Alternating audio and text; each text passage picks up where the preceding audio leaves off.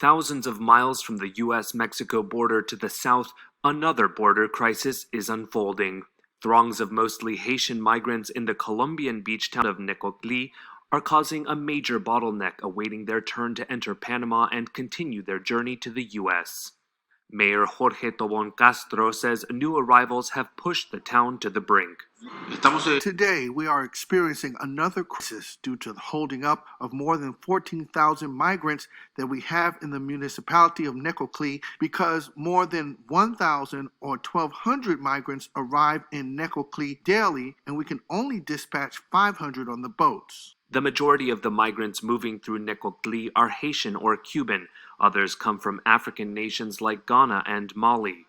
The lifting of COVID-19 border closures sent the number of migrants soaring, with the foreign ministers of Colombia and Panama agreeing last month that 650 migrants could initially cross per day, with the quota gradually falling to 500.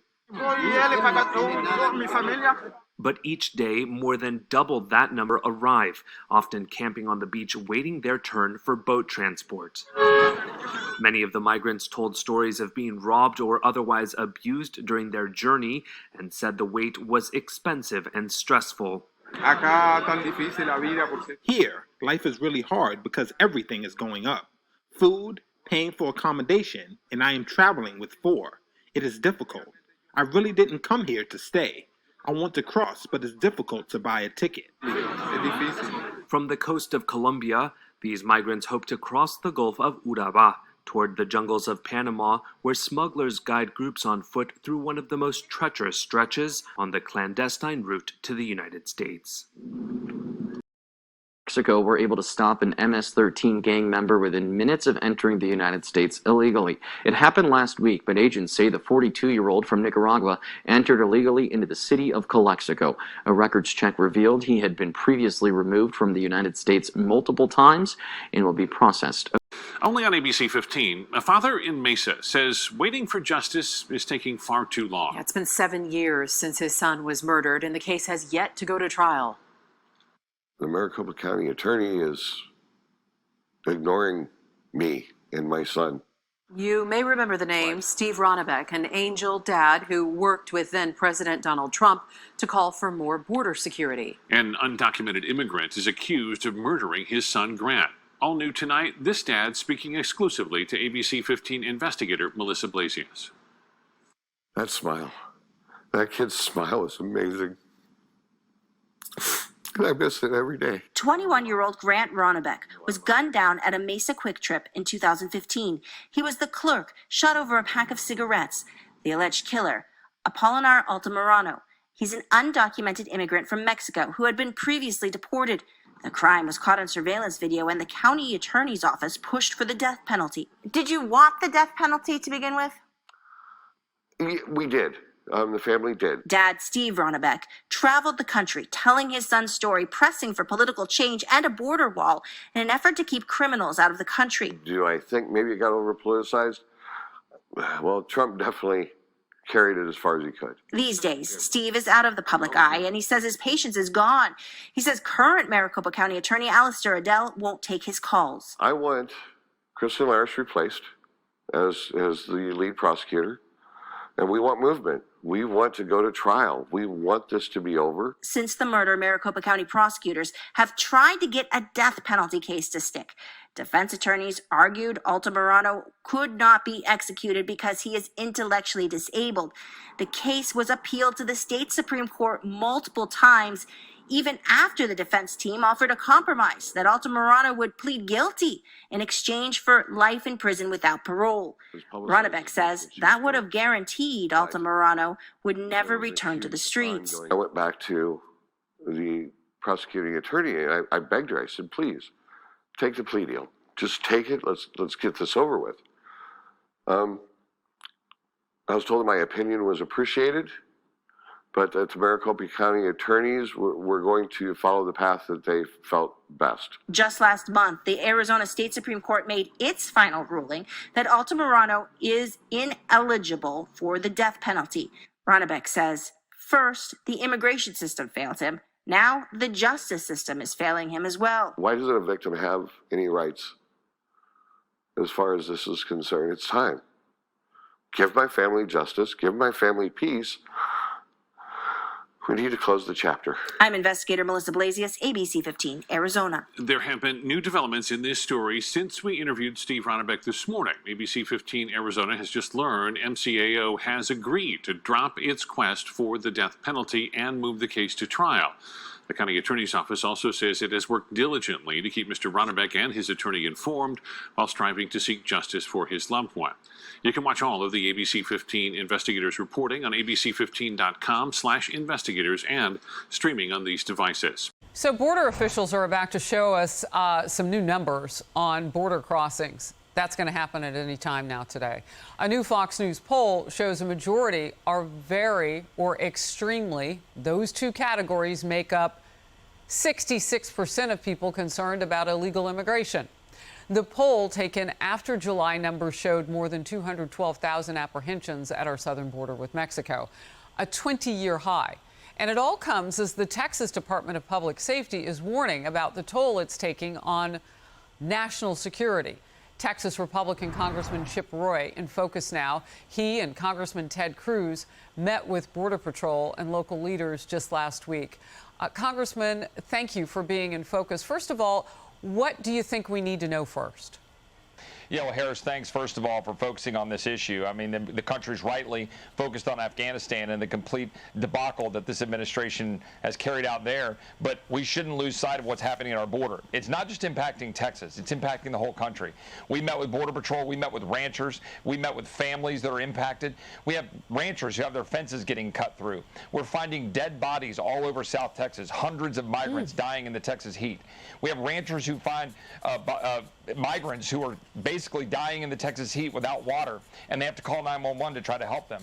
And we have 4,000 people currently being detained, and when we get the new numbers you just referenced, it's going to be about 190,000 people in August.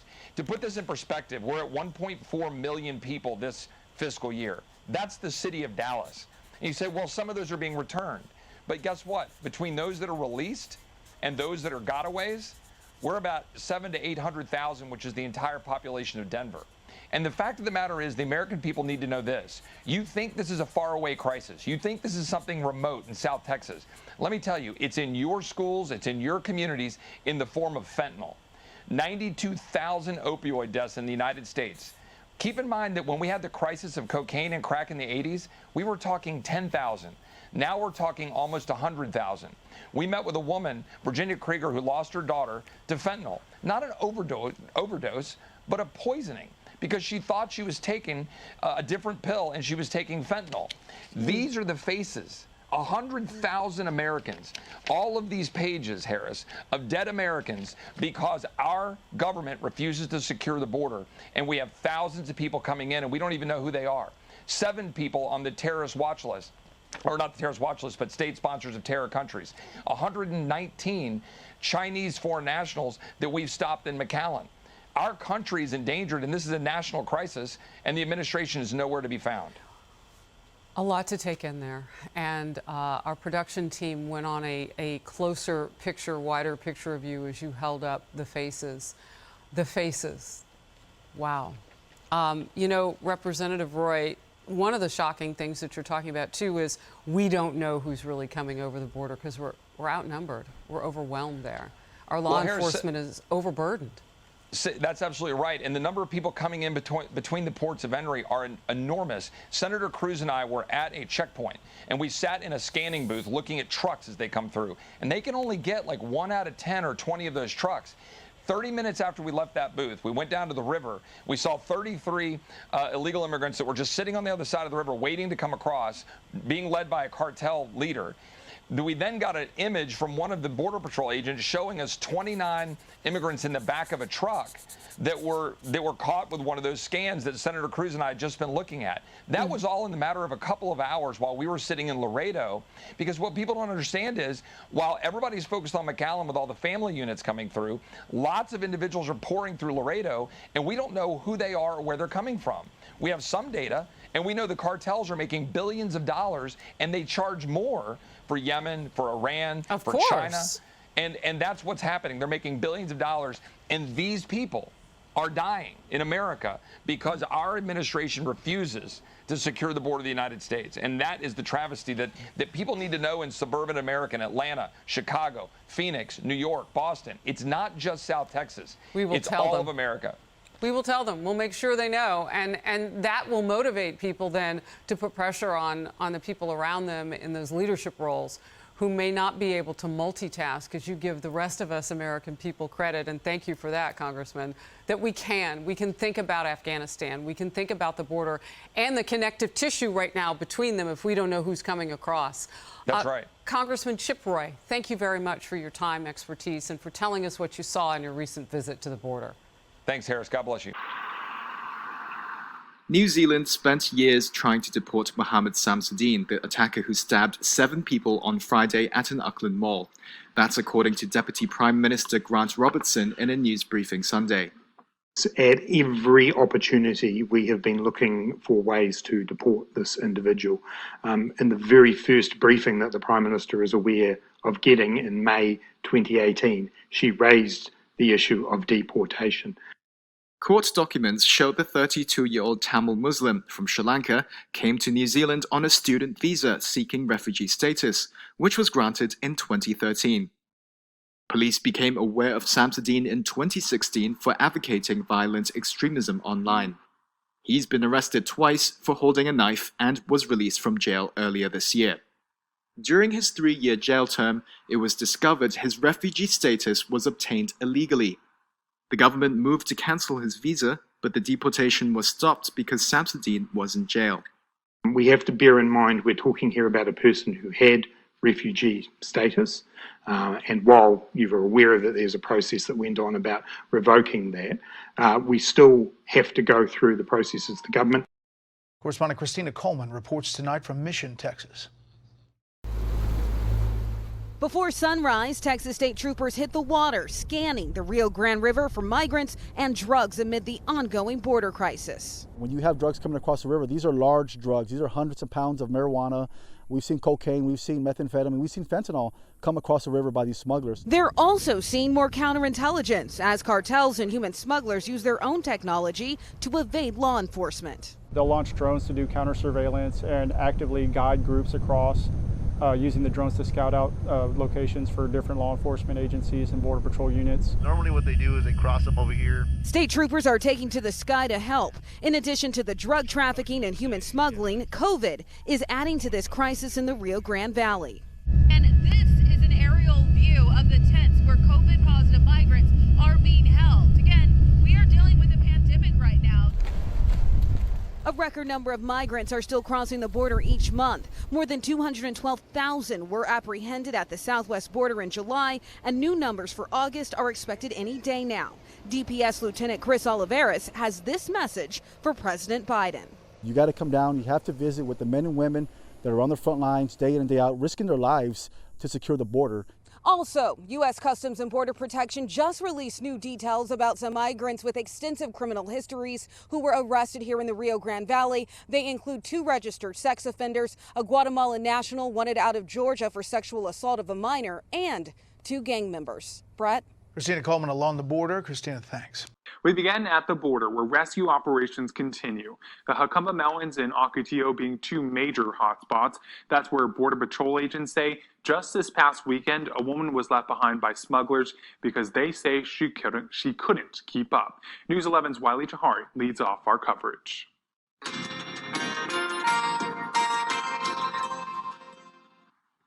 Yeah, and Border Patrol tells me that the Jacumba-Ocotillo wilderness areas continues to prove that it is one of the most dangerous paths for those who are trying to cross from Mexico into the U.S. illegally. However, families, sometimes even kids, continue to take that risk. The El Centro sector reports 55,000 apprehensions this fiscal year, about 14,000 of them in the Jacumba wilderness region. Those who choose to enter illegally into the United States in this area choose to take a really tough option. In one event, Border Patrol encountered a group of 3 undocumented immigrants who told agents that a woman in their group was left behind. A 55-year-old woman who was traveling with them that could not keep up the pace and eventually got lost. Agents say they found the woman in distress almost an hour later, 3 miles north of the border. She was immediately given medical attention. And from the scorching heat to being out in desolate terrain, human smugglers aren't the only people to be afraid of. The wildlife in that wilderness region, it does consist of snakes, possibly mountain lions. So why do families continue to risk it all to cross through Hacumba? So that leaves us with a little over 6 miles that does not have a barrier. But since July, new technology like the rescue beacon was added to the Hacumba region. If a person is in distress, they can click a button and Border Patrol agents will be there in minutes. So far, it has saved 3 lives.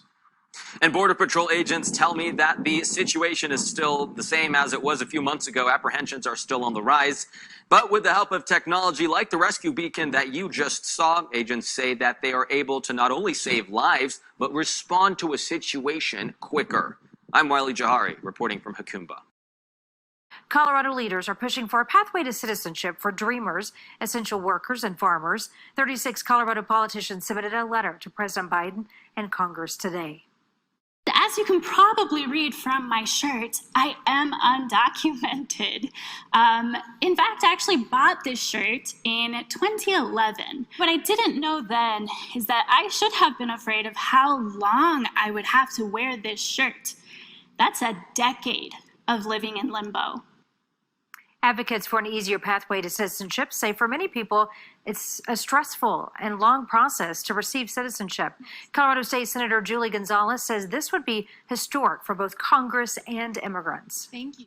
This is a new opportunity for Congress to do what's right by saying, if you have been an essential worker, put your health and safety and your life on the line in order to keep this country going.